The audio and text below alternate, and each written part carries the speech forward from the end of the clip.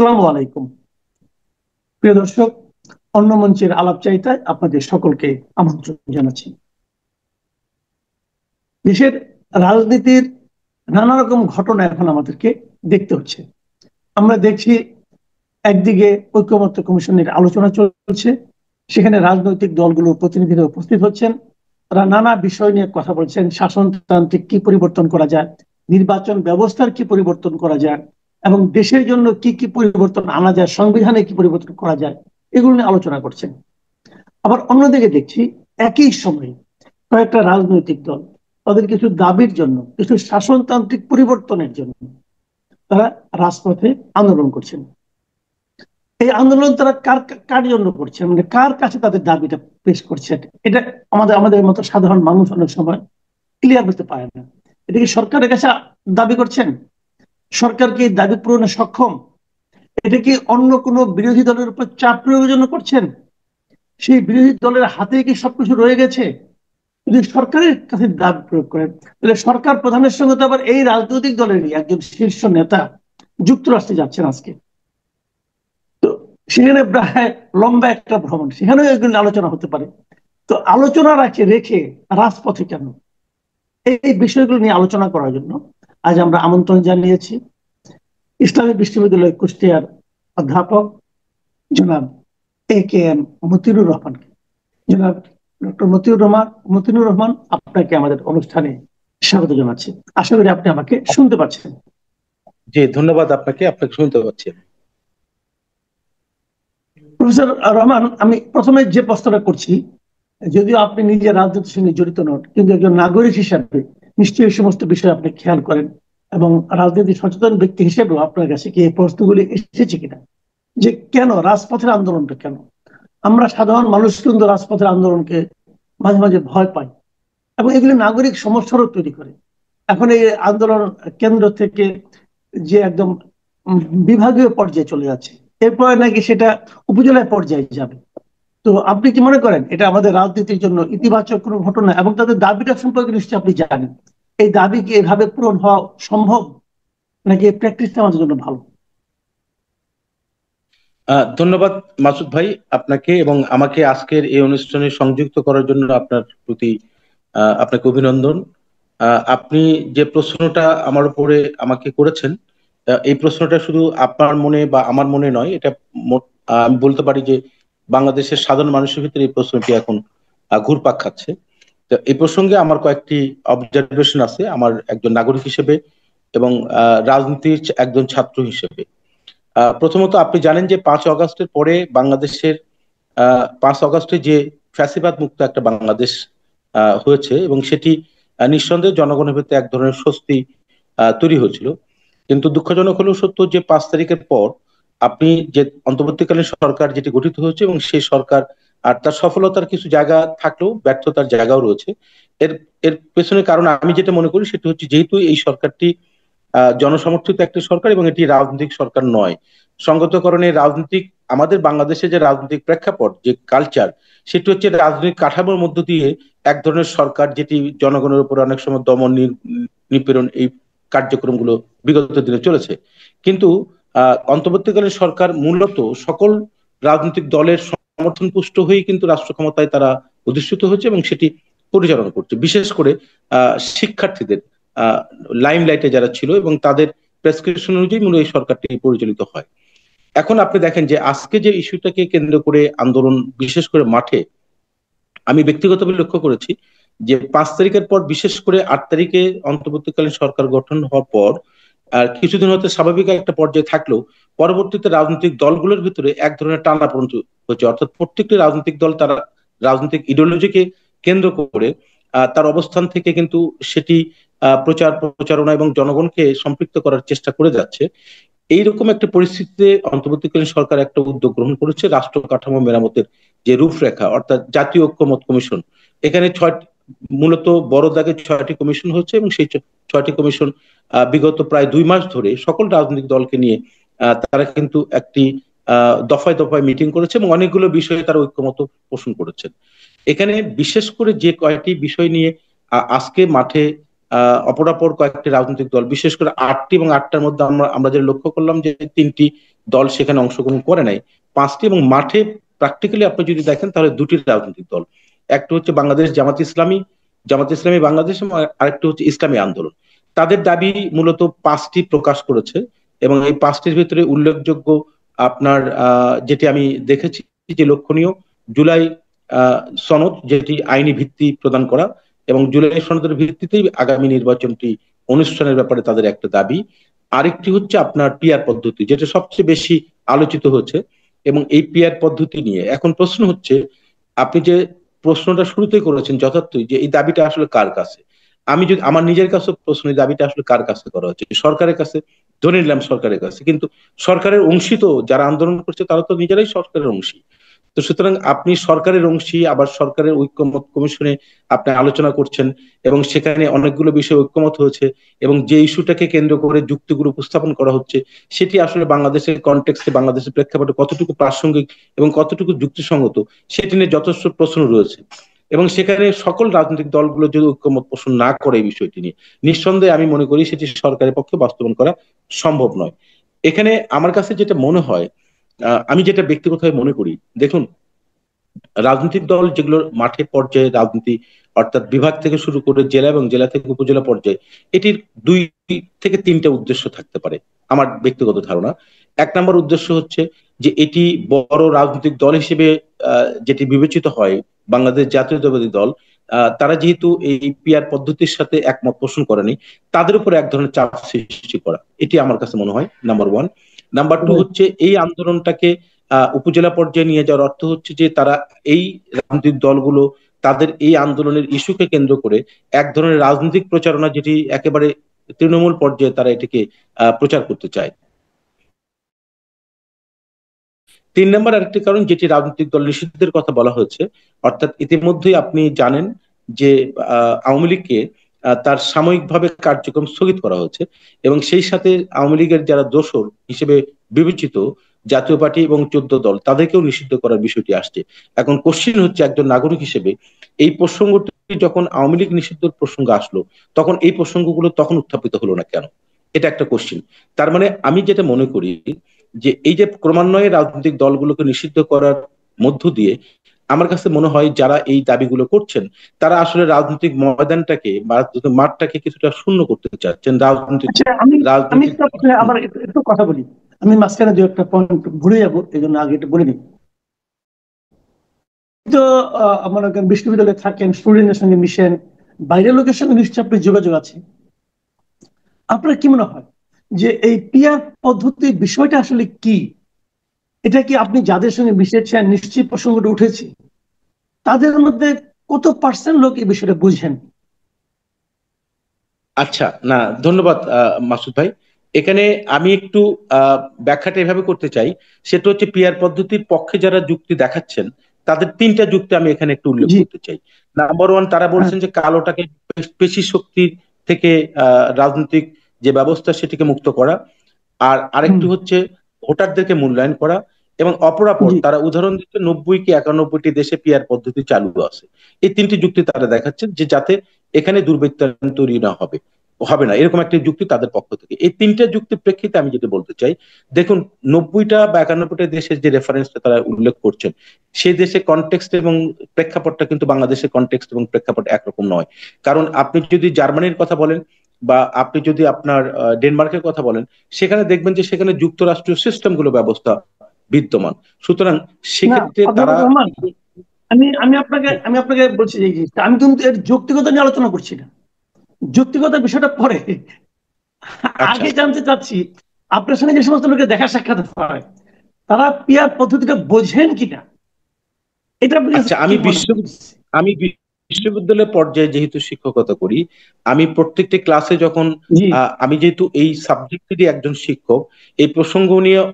Automatically শিক্ষার্থীদের সাথে আমাদের একটা শেয়ারিং হয়, এবং সেখানে যদি তারা তো জি। সচেতন নাগরিক, এবং তারাই কিন্তু জেন জেড বলা হয় আর জি। কি, হ্যাঁ। তো সুতরাং তাদেরকে যদি আপনি জিজ্ঞেস করেন, তারাও কিন্তু পিয়ার পদ্ধতি সম্পর্কে মোটেও অবগত নয়।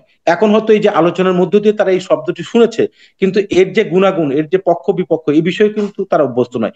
আমি একেবারে শিক্ষিত সচেতন নাগরিকদের সাথে কথা কিন্তু সাধারণ মানুষের কথাগুলো বলছি না, কারণ সাধারণ মানুষের সাথে জি। ইন্টারাকশন হওয়ার আমি সুযোগ কিন্তু আমাদের এই খুব কম। জিনিসটাই জানতে চাচ্ছিলাম। যে কোনো জি। একটা পদ্ধতি, যেহেতু এতগুলি দেশে চলে, ভালো মন্দ কিছু আছে। তো আমি ভালো মন্দ নিয়ে আলোচনা পরে, আগে হলো যে জিনিসটা আপনি দিচ্ছেন মানুষকে, এটা তো একটা গণতন্ত্র।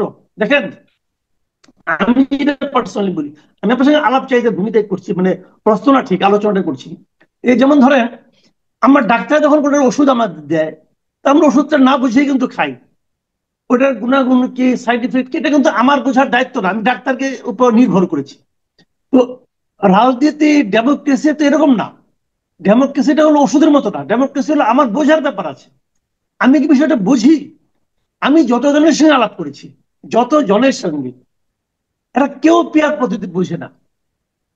তাদের মধ্যে বক্তব্য হলো একটা কিছু আছে, একটা পদ্ধতি আছে, যেহেতু ওনারা বলছেন হয়তো ভালো কিছু আছে। আমি কিন্তু ভালো মন্দের আলোচনায় পরে যাচ্ছি। আগে প্রশ্ন হলো বিষয়টা, যে জিনিসটা আমার উপরে আপনি দিবেন, আমাকে বলবেন তুমি এই বাক্সের মধ্যে ঢুকো, আমি যে ঢুকবো ওইটাকে আমি বুঝি। আমি এই প্রশ্নটা করেছি। আমি আপনাকে দ্বিতীয় প্রশ্নটা করতে চাচ্ছি, সেটা হলো আপনি বলেন তাদের জি। আরেকটা গুরুত্বপূর্ণ ইস্যু হলো জাতীয় পার্টিকে নিষিদ্ধ করা, জাতীয় পার্টি এবং উচ্চ দলের নিষিদ্ধ করা। আপনি ব্যক্তিগত ভাবে একজন অধ্যাপক হিসেবে, এই সাবজেক্টের একজন অধ্যাপক হিসেবে, রাজনৈতিক দলকে এইভাবে নির্বাহী আদেশের মাধ্যমে নিষিদ্ধ করাটাকে কি আপনি সমর্থন করেন কিনা? আমি দেখুন, এখানে আসলে প্রসঙ্গটা এভাবে আমি উত্তর দিতে চাই। সেটা হচ্ছে, যেহেতু বিগত 16-17 বছর একটা ফ্যাসিজম তৈরি হয়েছে, এবং এটি সত্য, এবং এই ফ্যাসিজমের মধ্য দিয়ে বাংলাদেশ মূলত প্রত্যেকটি প্রতিষ্ঠান যেরকম ধ্বংসপ্রাপ্ত হয়েছে, এবং সেই সাথে এই ফ্যাসিজমকে বিতাড়িত করার ক্ষেত্রে আমাদের অনেক শিক্ষার্থী জনতা কিন্তু জীবন দিয়েছে। সঙ্গত কারণে প্রাসঙ্গিকভাবে যদি আমাকে প্রথম অংশের উত্তর বলেন, তাহলে আমি ফ্যাসিজম, যেহেতু এটি বাংলাদেশে এক ধরনের দুর্বৃত্তায়ন তৈরি করেছিল, সুতরাং এটি রাজনৈতিক কার্যক্রম এবং বিশেষ করে তাদের বিচার, এটি কিন্তু বাংলাদেশের মানুষ প্রত্যাশা করে, একজন নাগরিক আমি প্রত্যাশা করি। কিন্তু রাজনৈতিক কার্যক্রমের যে বিষয়টি, সেটিকে টোটালি যদি আপনি অফ করে দেন সকল কার্যক্রম, তাহলে বাংলাদেশ একটা সময় হবে কি, নির্দিষ্ট কয়েকটা রাজনৈতিক দল বাংলাদেশে বিদ্যমান থাকবে। যেটি আমি যদি মনে করি যে একটা সময় দেখা গেলো যে তারা এই দাবির প্রেক্ষিতে তারা একটা সময় বলে যে আমরা নির্বাচন অংশগ্রহণ করবো না, তাহলে বাংলাদেশের নির্বাচনটা একটা বড় ধরনের সংকটে পড়বে এবং বাংলাদেশ সংকটে পড়বে। সুতরাং সেই দৃষ্টিকোণ থেকে আমি মনে করি যে রাজনৈতিক দল যারা অভিযুক্ত, সেটা যদি আপনি মুসলিনের ক্ষেত্রে বলেন বা হিটলারের ক্ষেত্রে বলেন, তাদের বিচারটাকে আপনি কার্যকর করেন, দৃশ্যমান করেন, এটি মানুষ প্রত্যাশা করে।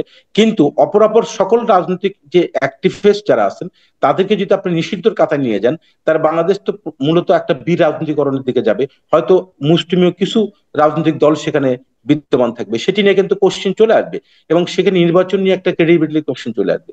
সেই দৃষ্টিকোণ থেকে আমি একজন নাগরিক হিসেবে মনে করি, রাজনৈতিক কার্যক্রমকে কখনোই কোনো নির্বাহী আদেশের মধ্য দিয়ে আসলে নিষিদ্ধ করা কখনো গণতন্ত্রের জন্য কখনোই পজিটিভ হতে পারে না, যেটা অতীতেও ফ্যাসিস্ট সরকারও কিন্তু এটা করেছিল, জামাত ইসলামকে নিষিদ্ধ করেছিল, যেটাও কখনো সমর্থনযোগ্য নয়। সুতরাং আমি মনে করি যে রাজনীতিটাকে রাজনৈতিক চর্চার মধ্য দিয়ে মানুষকে সম্পৃক্ত করার মধ্য দিয়ে এটি চলমান থাকবে এবং সেটিকে আরো শানিত হবে। কিন্তু সেটি যদি নিষিদ্ধ করতে করতে এমন একটা জায়গায় আমরা চলে আসি, দেখা গেলো যে শেষ পর্যন্ত বাংলাদেশে মূলত মাল্টি যে পলিটিক্যাল পার্টি সিস্টেম, সকল মত পথ থাকবে, কিন্তু সেখানে যদি কেউ দুর্বৃত্তায়ন হয়, ফ্যাসিস্ট হয়, অথবা স্বৈরাচারী হয়ে ওঠে, তখন সেক্ষেত্রে সেটি আইনগতভাবে বিচারের আওতায় আসবে। কিন্তু আলটিমেটলি জনগণ কাকে গ্রহণ জি। করবে কি করবে না, সেটা জনগণের কাছে কিন্তু আপনাকে যেতে হবে।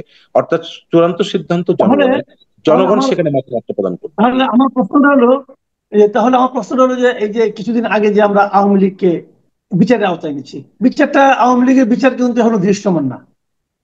আওয়ামী লীগকে তো বিচারের আওতায় আনা হয়েছে আরো অনেকদিন আগে, এর জন্য আইনও পরিবর্তন করা হয়েছে। শেখ হাসিনার বিচার আর আওয়ামী লীগের বিচার তো একটা, সমার্থক নয়।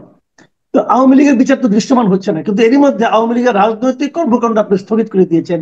এটা কিন্তু ভার্চুয়ালি নির্বাচনের জন্য নিষিদ্ধই বলা যায়, কারণ আওয়ামী লীগ তো নির্বাচনে অংশ নিতে পারছেন না। তো এই নির্বাহী আদেশে এরকম করাটা কি ঠিক হয়েছে কিনা, আপনার কাছে কি মনে হয়? আমি আমি মনে করি যে দেখুন, বর্তমান অন্তর্বর্তীকালীন সরকার, আপনার মনে থাকার কথা এবং আমার মনে হয় বাংলাদেশের অপরাপর সকল সচেতন নাগরিক তারাও জানেন যে বর্তমান সরকার কিন্তু রাজনৈতিক দল নিষিদ্ধ করার ক্ষেত্রে প্রথম পর্যায়ে তাদের যে স্টেটমেন্ট, সেখানে কিন্তু তারা স্পষ্টতই বলেছিল যে রাজনৈতিক দল নিষিদ্ধ করার বিষয়ে তাদের কোনো চিন্তা ভাবনা নেই। কিন্তু আপনি লক্ষ্য করবেন যে একটা মবক্রেসির মধ্য দিয়ে এটি কিন্তু একটা সিচুয়েশন তৈরি করা হয়েছে, এবং সেই সিচুয়েশনের মধ্য দিয়ে পরবর্তী সরকার বাধ্য হয়েছে এই রাজনৈতিক দলটাকে সাময়িকভাবে কার্যক্রম নিষিদ্ধ করার। অর্থাৎ আমি সেই দৃষ্টিকোণ থেকে যদি মনে করি, গভর্নমেন্টের প্রথম পর্যায়ের যে দৃষ্টিভঙ্গি, তাদের যে সেন্টিমেন্ট, সেটিকে আমি মনে করি ইতিবাচক। পরবর্তীতে একটা বিশেষ মহলের মানে প্রেশারের কারণে আমার মনে হয় এটি করেছে, এবং এরকম প্রেশার কিন্তু কন্টিনিউসলি আপনি লক্ষ্য করবেন যে বাংলাদেশে হরহামেশাই ঘটছে। সুতরাং এই যে মবক্রেসি যেটিকে আমরা বলি, সেটি কখনো কখনো এটি গণতন্ত্রের জন্য থ্রেট হয়ে দাঁড়াচ্ছে, এবং বাংলাদেশের ক্ষেত্রে এমনি তো বাংলাদেশ দীর্ঘদিন যাবৎ গণতান্ত্রিক চর্চার টোটালি বন্ধ ছিল। সুতরাং সেই জায়গাতে যদি এরকম একটি ভার্নারেবল সিচুয়েশনে একটার পর একটা মবক্রেসির মধ্য দিয়ে যদি আপনার নিষিদ্ধ প্রক্রিয়াটা চলে, তাহলে সেটি কখনোই গণতন্ত্র এবং আমাদের বাংলাদেশের রাজনৈতিক যে বহুমাত্রিক রাজনৈতিক যে ডাইমেনশন, সেটি আমার মনে হয় যে সেটি বাধাগ্রস্ত হবে, এবং সেটি জনগণও আসলে আমরা অনেকটা বিভ্রান্ত হয়ে পড়ি আসলে কি হতে যাচ্ছে। সেই দৃষ্টিকোণ থেকে আমার কাছে যেটা মনে হয় সেটি হচ্ছে যে আমি প্রকারান্তরে যে কথাটা বলি সেটি হচ্ছে নির্বাচন নিয়ে আপনি লক্ষ্য করবেন যে এক ধরনের ডেট নিয়ে যেরকম একটা দ্বিধাদ্বন্দ্ব ছিল, এবং ডেটটা যখন নির্দিষ্ট করা হয়েছে তখন আরেক ধরনের ডাইমেনশন তৈরি হয়েছে। অর্থাৎ ফাইনালি যে জিনিসটি মনে হয় সেটি হচ্ছে নির্বাচনটাকে এক ধরনের প্রলম্বিত করার জন্য, এবং নির্বাচন আদৌ এই যে ফেব্রুয়ারিতে সেটি অনুষ্ঠিত হবে এটা আমি আশাবাদী। কারণ নির্বাচন না হলে বাংলাদেশ হয়তো নতুন আরেকটি সংকটের দিকে যাবে। কিন্তু এখনো মানুষের মধ্যে কিছু প্রশ্ন রয়েছে, আমার নিজের মধ্যে সেই প্রশ্ন রয়েছে। সুতরাং এই প্রশ্নের উত্তর হয়তো আমাদেরকে অপেক্ষা করতে হবে যে ফাইনালি কোথায় গিয়ে দাঁড়ায়। তবে সিমটম যেটি মনে হয় সেটি হচ্ছে সংকট এখনো সংকট মুক্ত আমি এটি মনে করি না। কারণ তার দৃষ্টান্ত হচ্ছে ঐক্যমত কমিশনে বসে থেকে আমি সিদ্ধান্ত গ্রহণ করছি, অংশগ্রহণ করছি। এই যে 2টি মাস সকল রাজনৈতিক দল অংশগ্রহণ করেছে, নিশ্চয়ই তাদের আন্তরিকতা ছিল। কিন্তু সেখান থেকে বের হয়ে আপনি যখন আপনার রাজপথে যাচ্ছেন, তখন এই জায়গাতে কিন্তু সন্দেহের একটা অবকাশ থেকেই যায়। আমি মনে করি সেই সন্দেহের অবকাশ সবার মনে তৈরি হচ্ছে, এবং সেটি কোনো কখনোই সেটি আমাদের জন্য মঙ্গলজনক নয় বলে আমি মনে করি। জি, আসলে আপনি দেখেন একটা জিনিস, আমি আমি আমি যেটা নিজেও যেটা ফিল করছি, একটা সময় ছিল যখন হাসিনা রেজিম ছিল, হাসিনা ফ্যাসিবাদী আচরণ ছিল, সরকার কারো কথা শুনতো না, কথা বলতো না, তখন সাধারণ মানুষের আর কোনো উপায় ছিল না রাজপথে নামা ছাড়া। রাজপথে নামাটা আমরা সবসময় মনে করি যে সর্বশেষ একটা আপনার পদ্ধতি প্রতিবাদী। তো এখন কি সে ধরনের কোনো বাস্তবতা তৈরি হয়েছে? সরকার তো সবার কথা শুনছে, এবং এই যে আপনার এই যুক্তরাষ্ট্রের সরকার প্রধান গেলেন, তার আগে কিন্তু আপনার প্রেস সেক্রেটারি যিনি আছেন উনি কিন্তু বলেছেন যে এই দলগুলো সরকারের অংশীদার। তো যারা সরকারের অংশীদার তারা কেন রাজপথে? এটা মানে সাধারণ মানুষের কাছে কিন্তু এটা একটা প্রশ্ন। এবং এটা কি আলটিমেটলি এক ধরনের সোসাইটিতে অস্থিরতা তৈরি করবে না, এবং তৈরি করছে না? নিঃসন্দেহে নিঃসন্দেহে আপনার সাথে আমি একমত যে এটি সমাজে অস্থিরতা তৈরি করবে এবং অস্থিরতা তৈরি করছে। তার দৃষ্টান্ত আমি প্রাসঙ্গিকভাবে একটু বলি। আপনি গতকাল রাজশাহী বিশ্ববিদ্যালয়ে একটি ঘটনা হয়তো লক্ষ্য করেছেন, এবং আপনি দেখেন যে শিক্ষার্থীরা, অর্থাৎ রাজশাহী বিশ্ববিদ্যালয়ের একজন প্রভাইস চ্যান্সেলর, তাকে যেভাবে শারীরিকভাবে লাঞ্ছিত করা হচ্ছে, উনি কিন্তু একজন শিক্ষক, এবং আমি যতটুকু জানি আজকে মনে হয় শিক্ষকরা একটা কর্মবিরতিতে গিয়েছে। এই যে ঘটনার প্রবাহগুলো, এটি কিন্তু সমাজের ভিতরে এক ধরনের অস্থিরতা তৈরি করছে, যেটি মানুষের ভিতরে আবার নতুন করে একটা শঙ্কা তৈরি করবে। যেটি 5 তারিখে 5ই আগস্টের যে স্পিরিটটা, এটিকে যদি আপনারা ধারণ করে যদি আমরা সামনের দিকে পথ চলতে চাই। এবং আমি মনে করি বর্তমান অন্তর্বর্তীকালের সরকার সকল রাজনৈতিক দলকে এত বেশি কগনিজেন্সিতে নিয়েছেন যে ছোট বড় এই বিবেচনায় কিন্তু নেন নাই। অর্থাৎ যে সকল রাজনৈতিক দল রেজিস্টার্ড, এবং আপনি দেখবেন যে তাদের জনসমর্থন পুষ্ট এবং তাদের সাংগঠনিক কাঠামো বাংলাদেশের প্রত্যন্ত অঞ্চলে এখনো বিস্তৃত হয় নাই, তাদেরকে কিন্তু তারা আহ্বান করেছেন, এবং তাদেরকেও তারা আমলে নিয়েছেন, তাদের কথাগুলোকেও তারা গুরুত্ব সহকারে দেখেছে। সুতরাং এই যে গুরুত্ব দেওয়ার পরও, সরকার এই দলগুলোকে গুরুত্ব দেওয়ার পরও যদি আপনি রাজপথে এই ইস্যুগুলো নিয়ে আসেন, তাহলে কিন্তু আমি একজন নাগরিক হিসেবে আশঙ্কা করতেই পারি যে নির্বাচন নিয়ে যে শঙ্কাটা মূলত শুরু থেকেই তৈরি হয়েছিল, সেই সংখ্যাটা কিন্তু এখনো মুক্ত বলে আমি মনে করি না। তাহলে একটা জিনিস আপনাকে বুঝতে হবে যে নির্বাচন গণতান্ত্রিক পন্থার সবচেয়ে সবচেয়ে সবচেয়ে গুরুত্বপূর্ণ এবং সবচেয়ে ইম্পর্টেন্ট একটা বিষয়, যেটিকে বাদ দিয়ে আসলে কখনোই গণতন্ত্রের যাত্রা কখনোই অগ্রসর হতে পারে না। তার মানে একমাত্র উপায় নির্বাচন তা নয়, কিন্তু নির্বাচনের মধ্য দিয়ে জনগণের একটা মতামতের প্রতিফলন ঘটে। অর্থাৎ আপনি শুরুতে আরেকটা কোশ্চেন করেছিলেন, যেটা আমি তখন দুঃখিত, বলেছিলেন যে জনগণ আসলে ব্যাপারে কতটা সচেতন। আমি মনে করি যে কোনো পদ্ধতি, নতুন কোন পদ্ধতি যখনই আপনি ইন্ট্রোডিউস করবেন বা সংবিধানে নিয়ে আসবেন অথবা জনগণের উপরে আপনি প্রতিফলন ঘটাতে চাইবেন, তাহলে জনগণকে সে ব্যাপারে আগে থেকে অবগত করতে হবে এবং জনগণকে সে বিষয়ে রাজনৈতিক একটা দীক্ষা দিতে হবে। আপনি সেটি যদি না দিয়ে তার উপরে চাপিয়ে দেন, তাহলে জনগণ সেখানে বিভ্রান্ত হবে এবং সেটি জনগণের মনে কিন্তু একটা নেগেটিভ প্রভাব পড়বে। এবং সেখানে আমি মনে করি যে এই পদ্ধতি যেটা আপনি বলেছেন ভালো মন্দ উভয় পক্ষই রয়েছে এবং বাংলাদেশের কনটেক্সটে সেটি প্রয়োগযোগ্য কি প্রয়োগযোগ্য না সেটি নিয়েও হয়তো আলোচনা হতে পারে। কিন্তু সবচেয়ে বড় কথা, একজন নাগরিক হিসেবে আপনি একটা জিনিস আমাকে এর উপরে চাপিয়ে দিবেন, সে ব্যাপারে আমি কিছু জানবো না, আমি এ ব্যাপারে অভ্যস্ত থাকবো না, সুতরাং সেটি কখনোই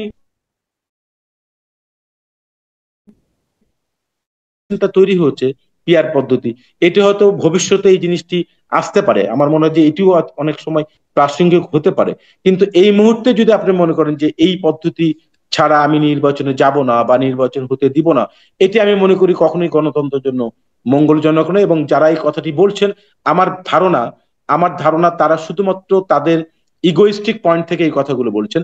আসলে রাজনীতিতে ইগো তৈরি করে, রাজনৈতিক দলের ভিতরে ইগো তৈরি করে জনগণকে আসলে কখনোই আপনার, আমি মনে করি জনগণের জন্য যদি রাজনীতি দলগুলোর জনগণের জন্য রাজনীতি করে তাহলে সেটি জনগণকে জিম্মি করা উচিত নয়, এটি কোনো রাজনৈতিক দলের উচিত নয়। জি, অনেক ধন্যবাদ, অনেক ধন্যবাদ অধ্যাপক মতিনুর রহমান। প্রিয় দর্শক, আপনারা শুনলেন যে পিয়ার পদ্ধতি, রাজনৈতিক দলকে নিষিদ্ধকরণ এবং বাংলাদেশের চলমান রাজনীতি নিয়ে কুষ্টিয়া ইসলামী বিশ্ববিদ্যালয়ের অধ্যাপক মতিনুর রহমানের বিশ্লেষণ। আপনাদের কেমন লাগলো আমাদের লিখে জানাবেন। পরবর্তী সময়ে ওনাকে আমরা আবারও আমন্ত্রণ করতে চাইবো, যদি উনি সময় দিতে পারেন আবার ওনার কথা আমরা শুনবো। সবাই ভালো থাকবেন। আল্লাহ হাফিজ।